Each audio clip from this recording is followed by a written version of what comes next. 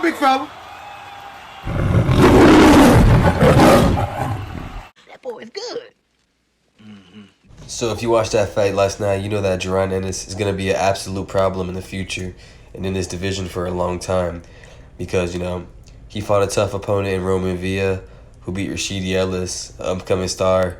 He got 2 knockdowns, I believe, in the last round. He got the decision.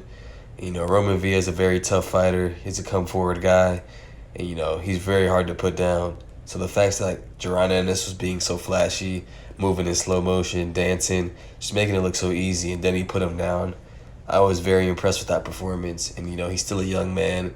He still has a long way to go in his career. He has a lot of fights already in his career, too, and I think it's going to be very tough to beat him because, we have Errol Spence versus Terrence Crawford coming up. But, they have a fight, and then they have a rematch clause, and then I think they're both going to move up at 154. So, I think that he's not going to fight them realistically unless he moves up to 154, too. I can see a Spence fight in the future. But, Crawford's getting older in age. I think he'll eventually retire. But he might get that Spence fight at 54 in the future, but right now he's at 47, so I realistically don't see him ever fighting Spencer Crawford. But, you got guys like Virgil Ortiz who keeps pulling out of fights, though. We got Keith Thurman, who I don't think wants to fight Jaron Ennis. After a performance like that against a tough guy like Villa, a lot of guys are going to second-guess whether they should fight him or not.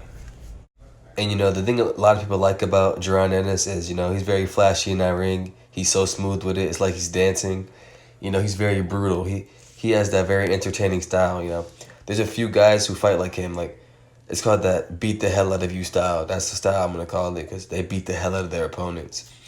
So there's the Jaron Ennis's, the David Morrell's, the David Benavidez's, the Errol Spence's, the Terrence Crawford, Those guys don't just beat you. They beat the hell out of you. They really beat down their opponents. So, especially a guy like Errol Spence, he'll literally break your body down, breaking ribs, breaking orbital bones. Stay tuned. I'm going to make that prediction still, so don't worry about it. But, his style is very appealing to me because I really enjoy watching that style, They're not coming in there to win by decisions. They're coming in there to knock you out. But respect to fighters who win decisions, too, Styles make fights, and that's what makes the sport of boxing so beautiful. It's an art form. I don't just view it as a violent way of... I don't just view it as violence or something violent I like to watch. It's an art form, so many different styles. And it's interesting to see how each style can win a fight. Hopefully these guys stop ducking Jaron Ennis. He has proved now that he is one of the best in the world, and he's a great fighter by beating a guy like Roman Villa. So I no longer think you can consider him like a upcoming guy, He proved that he's that guy, and he's ready for the big fights. So let's make the big fights happen. A lot of big fights have been happening this year, have been scheduled for 2023. So let's get Jaron Ennis a big fight, too. I would love to see him fight Keith Thurman, even though Keith Thurman said he wouldn't want to fight him because, he's not a gatekeeper of the division. But, like I said, Jaron Ennis is not an upcoming guy now. He's a legit guy. He's a legit star. So anyone who takes him, I think it's high risk, high reward.